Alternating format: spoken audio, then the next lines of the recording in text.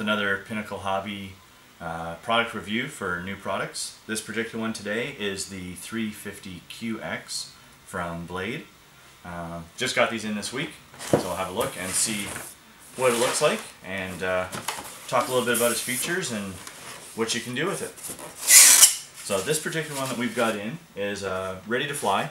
I've already pulled the radio out. Comes with the DX5 radio, which is basic radio but does a really good job, full range.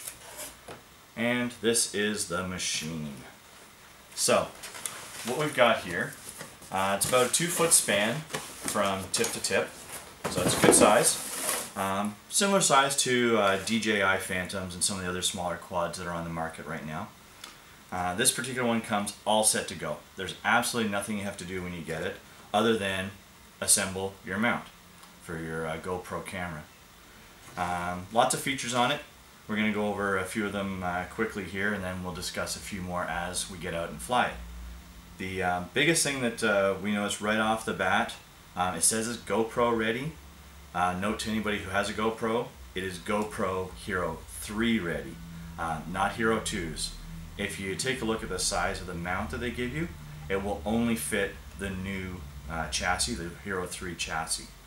Hero 2s are a little bit deeper. I've actually got one tucked away here just for a comparison. Now anybody who is handy could probably modify the mount to fit a Hero 2. We have a quick look there. You can see the two chassis. So the 2 is about 4 millimeters or so deeper. So, and the way this particular mount works, I'll just pop out our Hero and we can have a look at the clamping mechanism. It's a really neat design. It clamps all the way around, gives you access to all of your buttons and ports on your Hero 2, or sorry, your Hero 3 I should say. Slides out, so holds this camera really well. You don't have to worry about losing your camera in flight. If you decide to switch to a Hero 2, you will definitely have to do some mods. I would probably just skip this mount altogether if you have a Hero 2 and maybe build your own light plywood, something like that. If enough people talk to the manufacturer, maybe they'll come out with a Hero 2 mount. You never know. But for the time being, Hero 3 only. So we open it up. There wasn't anything that we had to worry about. The blades were on. Everything is programmed on this particular one because it is a ready to fly. So all you have to do is put in some batteries in your transmitter. The battery for the helicopter itself is a 2200 3-cell.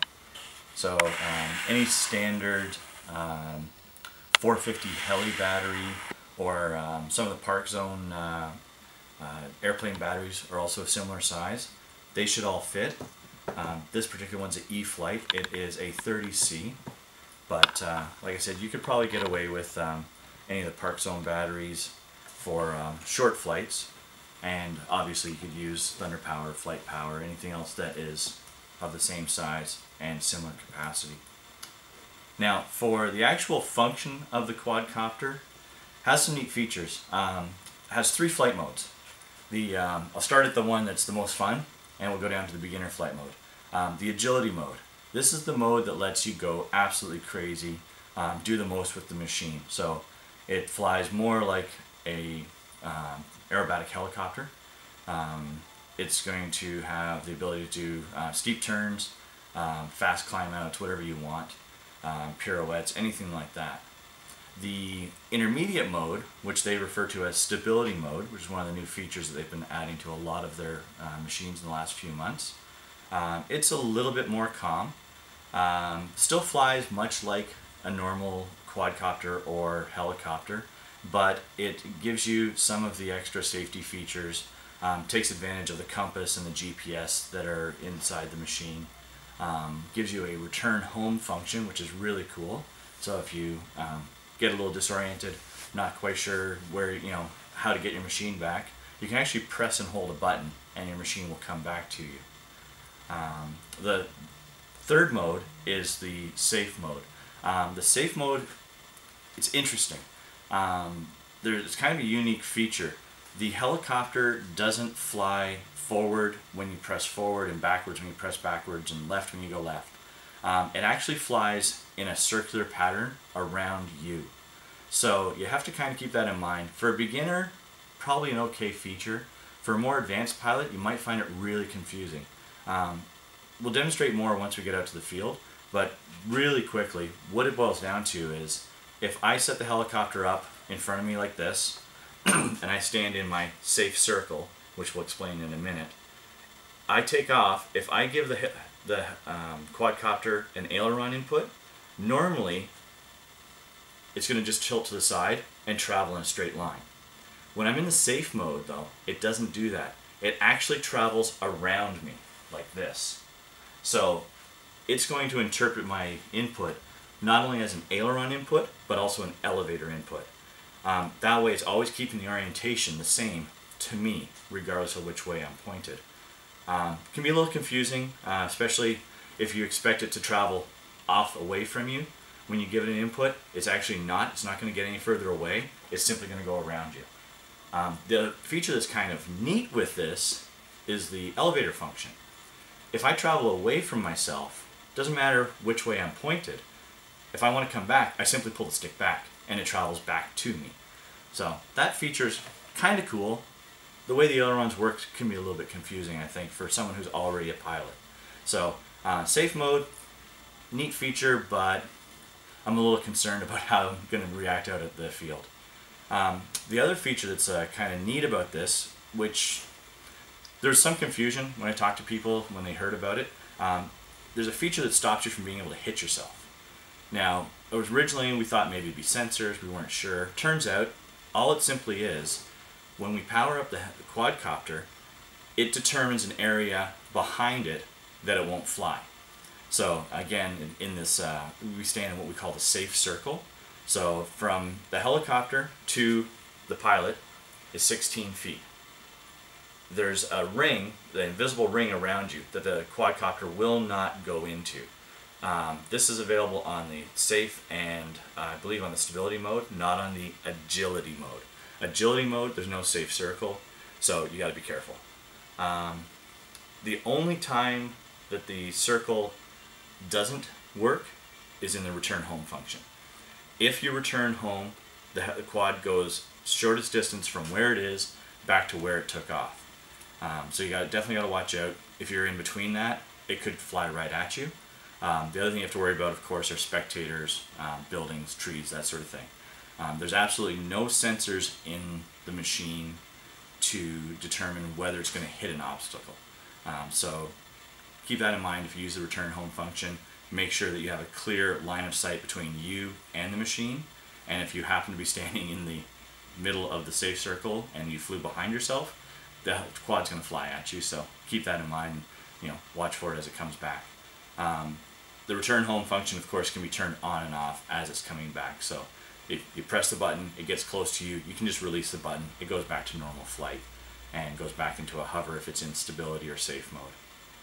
I think that's about it for right now. We're going to power it up in a second and make sure that it's functioning properly and make sure it picks up the GPSs.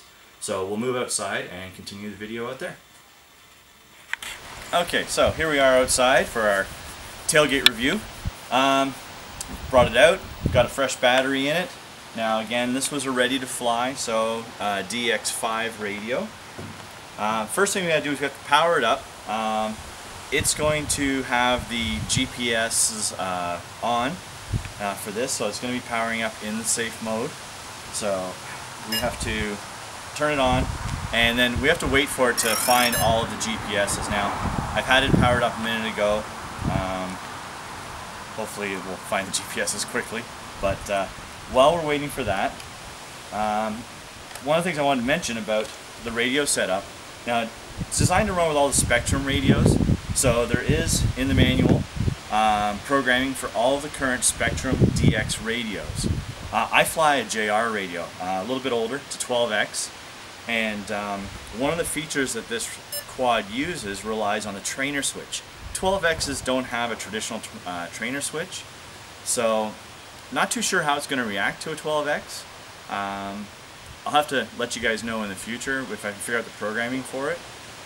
Same thing goes with some of the older 9-channel, 8-channel, etc. You might just have to tinker a little bit to figure out a way to make all the functions work in a manner that's logical for you. The flight mode switch is one of the biggest things. Some of the radios don't have a multi-position flight mode, so you have to create mixes for it to work. I looked at the DX6 programming, and they actually have a mix to give you 3 flight modes. And it's an interesting way to do it. Have to try it later on, see if it works. But for the time being, we're going to keep it simple and use the DX5. Now we have, see here, we've got ourselves a green light. So that's telling us that our GPS signal is good. We've locked onto some satellites. So it should be able to figure out where it is. Now, you'll notice I'm handling it. Before it actually gets going, you have to tell it where its home position is going to be. Obviously I don't want home to be the back of my truck. In case we have a problem, I don't want it flying back and hitting the tailgate. So we're actually just going to make our way down, just down to the driveway here at the house to do our flight, and we'll go over the initialization and just a quick little run around the house. Maybe get a little video with our GoPro camera. So I'll be back in a second. Okay, so we've got our GoPro turned on. We're going to try and get some video, especially if something goes wrong. It'd be kind of cool to have this. It's our onboard black box, so to speak. So, instructions say that we want to be back about 16 feet when we first power it up. So, we'll call that about 16 feet. And this is so that we're inside the safe circle in case something goes wrong and we don't get hit. You'll see we still have that green light. To initialize the machine and let it know where its home position is going to be, you actually just move your rudder back and forth quickly, and it picks up that information from the rudder movement and sets that as the home position. So we should have a home position. I didn't hear the tone. That's not good. Let me walk a little closer and just see what happens here. Okay, no tone. So we're going to start over again just in case. Definitely don't want this thing messing up and thinking home is back where we were at the truck. So I'm going to power the radio back on again. We're in the 0 flight mode. Our trainer switch is off. Set for high rates at the moment. I forgot to put the throttle trim at neutral. Very important. Power the machine up. Locked onto the satellites right away, hopefully. We're getting a flashing light right now, so we just have to wait a second for the satellites to get picked up. That says that it read my rudder inputs, so it knows that I want that to be the home position.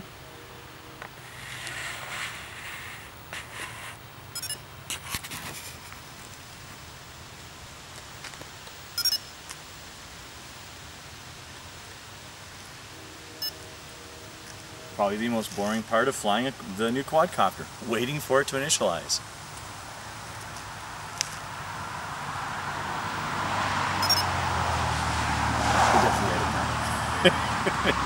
Edit out all the extra time. No? So my cameraman says we're going to keep the cameras rolling while we're waiting for it to initialize.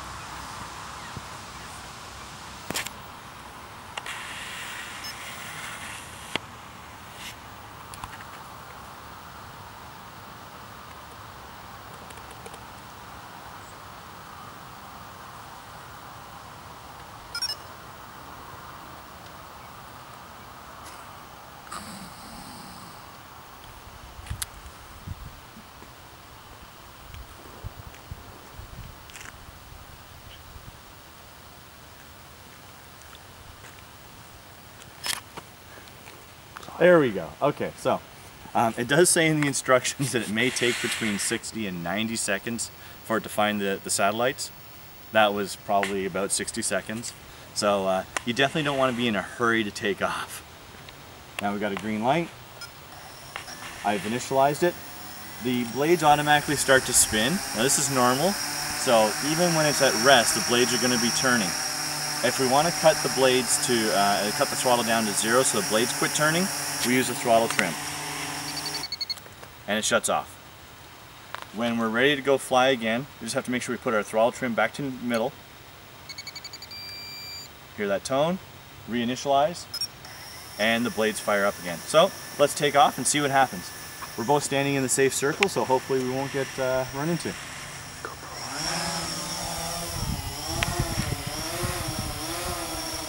Now the interesting thing with the safe mode that we're in right now, our throttle doesn't function like a normal throttle. Typically, as we add throttle, our aircraft is simply going to start to climb.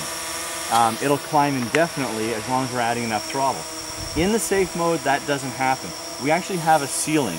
I read it quickly last night. I think it's about 100 and so feet. So what we have is our throttle position will set the number of feet we are off the ground. 0 throttle, 0 feet. Max throttle will actually be 100 and something. So we're not going to go that high today, but I'm just going to show. If I add a little throttle, it climbs, and then it stops climbing once it reaches the altitude that it's set for. So a very interesting feature. Good for someone who wants to do videography. Now you see it's going up and down a little bit right now. That's just the inconsistency from the chute we added this. And also we got a lot of wind today. So see, do a little bit of flying around.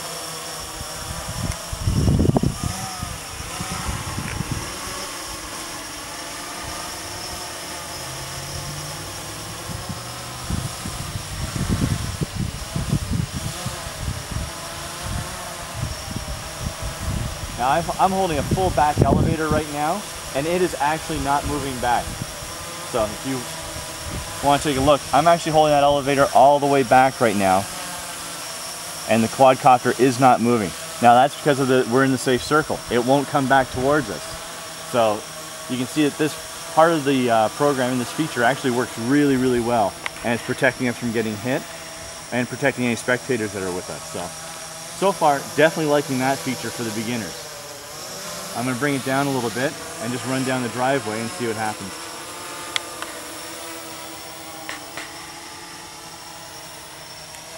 So there we go, and I'm going to bring it back towards us, and it should stop part way back. And there it is. Again, we're inside the safe circle. It will not come towards us, so it's protecting us from getting hurt. Cool feature. Definitely like that so far. Haven't really noticed the issue with it flying around us. So that thing I was talking about with the aileron input, actually giving a little elevator and it flying in a circle. But I am also flying in just a very, very tight area. So I'm going to try going around us a little bit and see what happens. So now I'm beside us, to the right of the safe circle. I'm going to try giving it a left input, and it avoided us completely when I gave it a left input. Very, very interesting. So it should have actually flown right at us there, and it didn't. So cool feature. Again, if you're a pilot, it might be a little weird to fly it this way. We're going to switch to the next mode now, which is our intermediate mode known as stability. And that was very interesting. We will definitely have to check the instructions on that and see if maybe we're not supposed to do that while it's in flight. That was the weirdest thing I've seen. See, it is definitely much less stable in this mode. Either that or I bent something.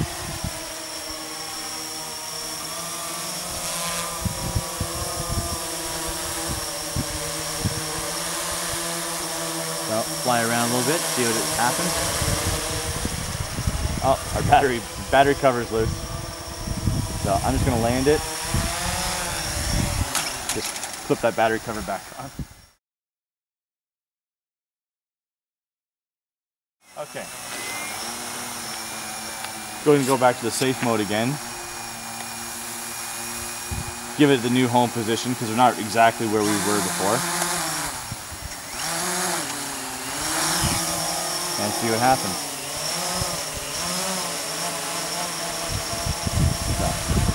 So we're in the safe mode. Definitely is much more stable aircraft in this mode.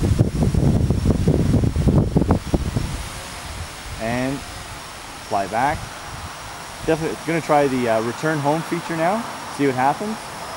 So I'm going to hold the return home, red blinking light coming back to us.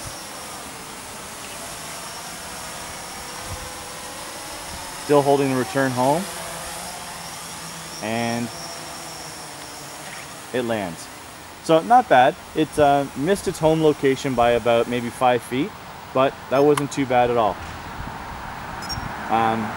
When I released the button, I had the throttle up, but the blades didn't start back up. So it understood that it was supposed to be landing, and it should ignore the throttle inputs. And if you look, my throttle is disabled now. So the helicopter has returned home safely, and it's waiting for us to reinitialize and start over.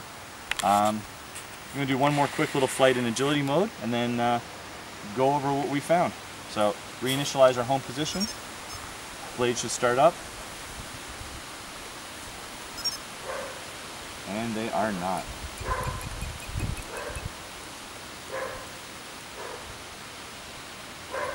Well, that's not good. Let's try it in stability mode. Still nothing. Ah, okay. So it initialized once I went to higher rates. I'll have to investigate that a little bit later and see if maybe there's something in the programming that doesn't start it up unless it's in higher rates. So we are going to go into red light, meaning we're in agility mode, and see what happens.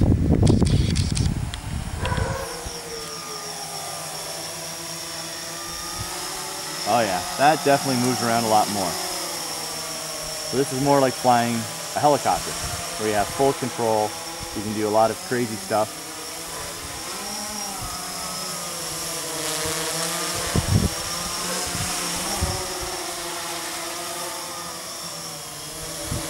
Yeah, very maneuverable. Power's pretty good now. I think I'd probably prefer if it was a little bit more docile, but not too bad. I'm not a big 3D helicopter guy, so having the crazy agility mode on this thing isn't really a feature that I'm keen on. But it's not too bad. Now in this mode, our safe circle is off. You can see I can probably fly much closer to us, which that's as close as I want to get for safety reasons. Also, I believe return home is off at this point as well. I'm just going to try the return home button when we get lower and just see. Well, it's blinking, so return home is on, but it's missed the home position a little bit. So. Okay, so let's do a final review here and see what we've got going on. All in all, excellent little machine. A couple of things that I'm not super keen on. Instructions are a little unclear about the initialization procedure. You can even hear it now when I'm changing my rates. I'm getting some sort of an error from it, so it's definitely something we'll have to look up and read the instructions 2 or 3 more times. Return home feature, definitely cool. I think that would work really well if you're far away. The downside to the return home feature, if you take off in a confined area, like we are here, you might miss your home. We took off from the driveway and the return home landed it in the grass. So close, but don't expect it to land precisely. It's not like you're landing it yourself and you can put it on a spot on the ground. It lands in a general area. I'd say today it was about 6 feet it was within. Definitely assume it's going to be 10 to 12 feet. That way you're not too worried if it comes in and it misses the home. Definitely don't want to take off from obstacles. Don't take off from the top of a table or the tailgate of your truck or anything like that, because you are going to miss it and you're probably going to damage your machine. But I think that's it for today. We'll do another follow-up once we figure out a few more of the features, and maybe a quick programming lesson on a DX6 or my X12 when we get a chance. Thanks for watching. Have a good day.